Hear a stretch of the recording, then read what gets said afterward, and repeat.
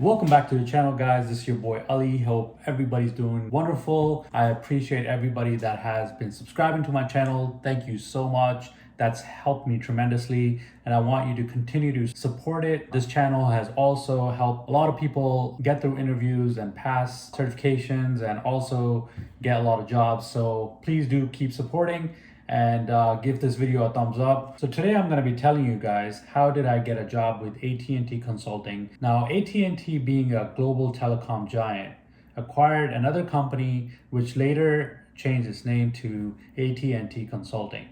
This is a team of elite consultants who combine to generate a revenue of $100 million. Now, a lot of these companies that we provide services for are very, very large enterprises, banks, financial systems, healthcare. This is where I was hired as a senior consultant to be able to design, plan, integrate, deploy, test, and optimize the next generation of networks. Just a little background of where I was in life at that point. This is when I lived in Hoboken, right across from New York City's skyline, across the Hudson River. At the time, I was working Midtown, working for a very large integrator that is also a Cisco leading partner, and I was doing a major technical transformation for one of the very, very large banks. It was the year 2016, and I had about 8 years of experience under my belt. One day I was approached on LinkedIn. It was a headhunter who just wanted to set up a time with me and discuss my future goals. It is when my impressive background left him with no choice but to put me on the calendar for the hiring manager on his next available date. Now, that was the background of what kind of situation I was in before I actually started the interview process. And this is where I'm going to talk about that. The interview experience was quite unique. My first interview was with the hiring manager, who invited me for lunch and exchange place at a very high-end restaurant. And we met up there and had a lot of great conversations back and forth. We shared a lot of experience in the field. And after a stamp of approval from the hiring manager, after he liked my personality and he weighed me out if I fit in the company culturally, I was set up for my next interview, which would be with the principal architect of AT&T Consulting.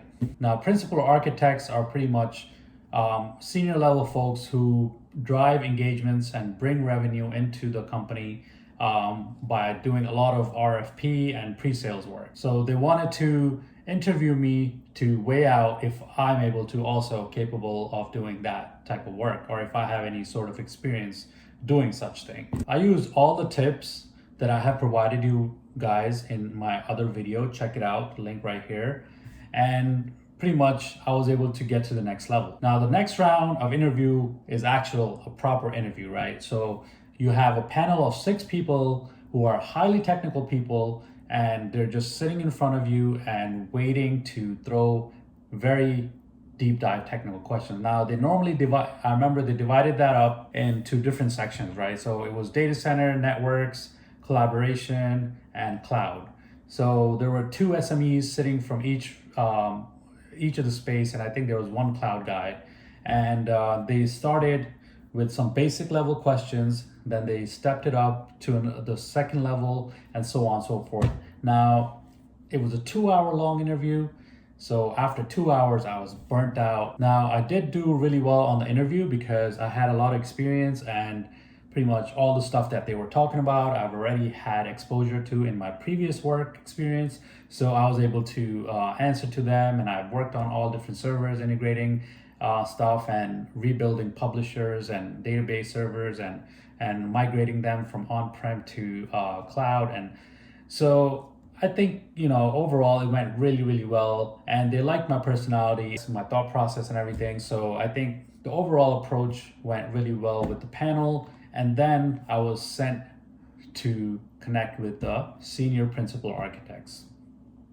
Now, senior principal architects are pretty much your second last interview before you speak to the practice director, who's actually overseeing all of them. So once I spoke to the senior principal architect, he kind of confirmed everything that was held by the panel, deeper dived into some other subjects around design and how the RFP processes work, how the SAOs get created, how the bill of materials work, how project concept documents work. And he wanted to see if I could also be a good technical writer, because a lot of these projects you have to be able to be a really, really good technical writer, and that takes a very unique skill. So once I get through that, I remember it was very brutal, and I got through that finally. It was a long road to the next level I had. The next level was the practice director. Now, the practice director is pretty much like a final stamp of approval